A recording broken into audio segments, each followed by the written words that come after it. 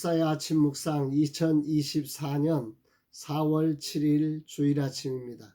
오늘은 요한계시록 19장 11절로 12절 말씀을 통해서 주님의 영원한 사랑과 충성, 이런 제목으로 말씀 묵상의 은혜를 나누겠습니다. 거룩한 주일 아침에 주님이 기뻐하시는 예배자로 서기를 간절히 기도합니다. 나이가 든다는 것은 시력이 약화되며 내가 보는 것이 작아지고 주님이 보여주시는 것이 커지는 시기여야 함을 느낍니다. 오늘도 예배하며 주님이 보여주시는 것으로 새로움을 입는 복된 주일이 되기를 기도합니다.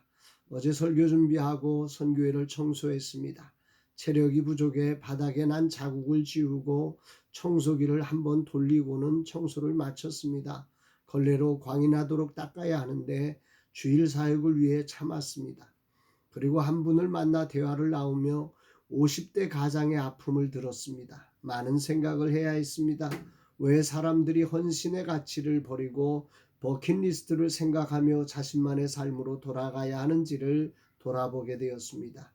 오늘 주님은 내게 무엇을 말씀하실까? 본문에서 하나님은 사도 요한에게 하늘을 열어서 놀라운 장면을 보여주십니다. 11절, 또 내가 하늘이 열린 것을 보니 보라, 백마와 그것을 탄 자가 있으니 그 이름은 충신과 진실이라. 그가 공의로 심판하며 싸우리라. 오늘 본문 앞부분과 연결해 보면 예수님께서 7대접 심판 후에 공중에 재림하셔서 어린 양의 혼인잔치를 거행하십니다.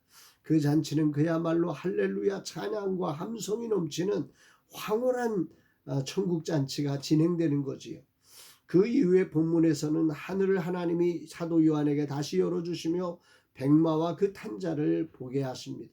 그리고 그 이름이 충신과 진실이라 하고, 그 충신과 진실이란 이름을 가진 백마 탄자가 공의로 심판하며 싸운다고 말씀하고 있습니다. 먼저 하늘이 열린 것에 대해서 우리가 주목해 봐야 하는데, 요한계시록에는 4번에 걸쳐서 하늘이 열린 장면을 보여주고 있습니다. 오늘 본문은 바로 그 4번째 열린 하늘을 보여줍니다. 이 말은 역사의 주권자이신 하나님이 사도 요한에게 계시를 통해 새로운 하나님의 이 섭리들을 알려주시는 것입니다. 인간이 지성이나 노력으로 풀 수 있는 것이 아니라는 거죠. 하나님이 열어주셔야 우리가 볼 수 있는 것입니다. 진정한 역사의 진실은 오직 하나님이 열어주실 때 알아지는 거지요. 주님, 오늘도 이 종에게 계시하사 하나님의 말씀을 바로 전하게 하옵소서. 그렇게 하늘이 열리고 보여진 것이 백마탄자인데, 이 표현이 요한계시록 6장에서 이미 보았습니다. 예수님이 첫째인을 떼시자 백마탄자가 나타났는데 활을 가졌고 금면류관을 썼다고 했습니다. 분명히 비슷해 보입니다. 그러나 비슷한 이미지로 예수님 것처럼 보여지지만 이 표현을 보면 면류관을 받고 나아가서 이기고 또 이기려고 하더라. 이기는 게 아닙니다. 이기려고 애쓰는 것입니다.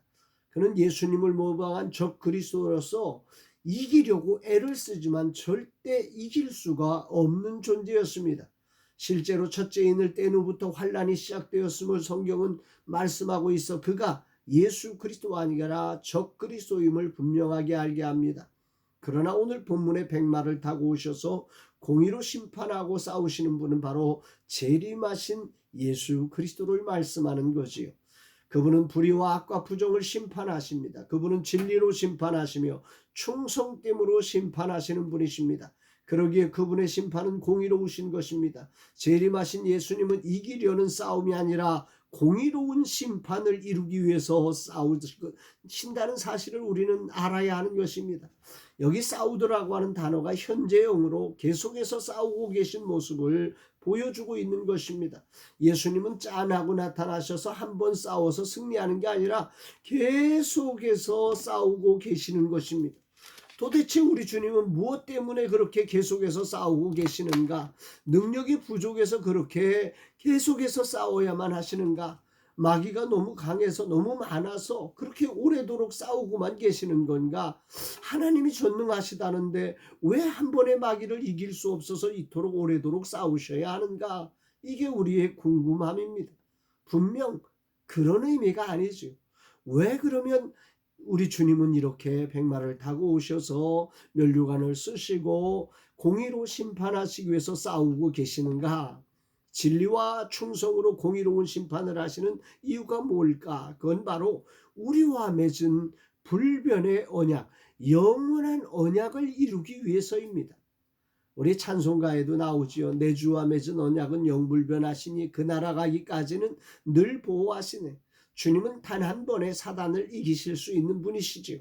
그러나 우리와 맺은 언약, 즉 우리를 당신의 자녀로 삼아주신다는 그 언약을 지키기 위해서 한 번에 마귀를 멸할 수 있는데 아직 우리가 준비 안 됐으니 우리 하나님은 그걸 거기서 그냥 싹 멸하지를 못하시고 그 멸하면 우리와의 맺은 언약을 깨뜨려야 하니까 그걸 멈췄다가 다시 싸우고 멈췄다가 다시 싸우고 능력이 부족해서 멈추는 게 아닙니다. 힘이 부족해서 멈추는 게 아닙니다. 지혜가 부족해서 멈추는 게 아닙니다. 우리와 맺은 언약을 완성하시기 위해서 우리 주님은 당신의 능력이 있음에도 불구하고 참아내시며 그토록 오랜 세월 공의로운 심판을 위해 싸우고 계셨다는 거지.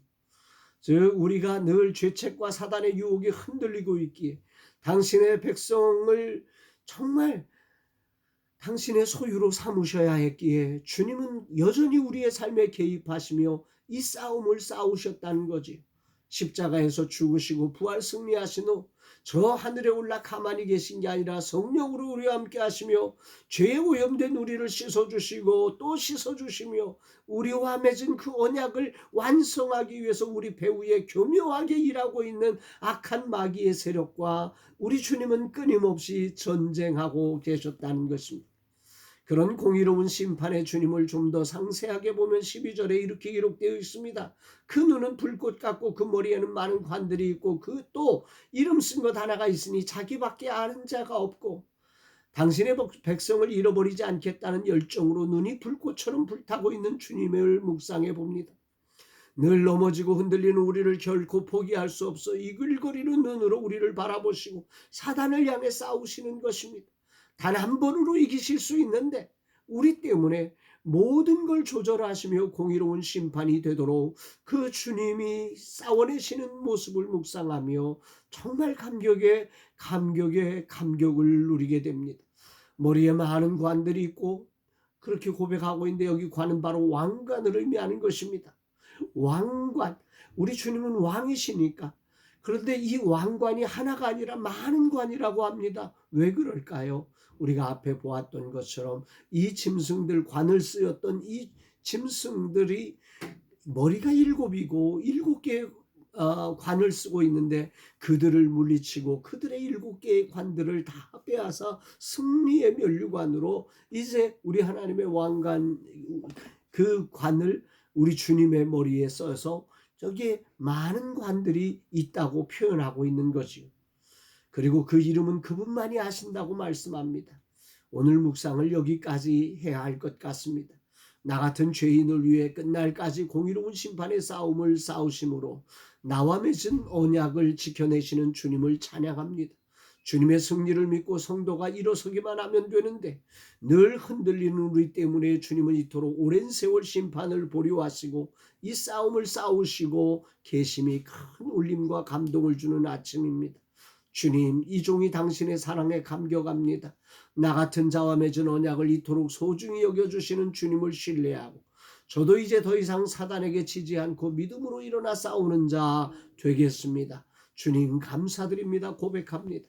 사랑하는 여러분, 오늘 거룩한 주일에 여러분의 삶과 자리에서 이 우리와 맺은 언약을 지켜내시기 위해서 늘 싸우고 승리의 왕으로 오시는 주님을 신뢰하며 지치지 마시고 주님 붙들고 함께 주님의 승리에 동참하는 저와 여러분 되시기를 주의 이름으로 축복합니다.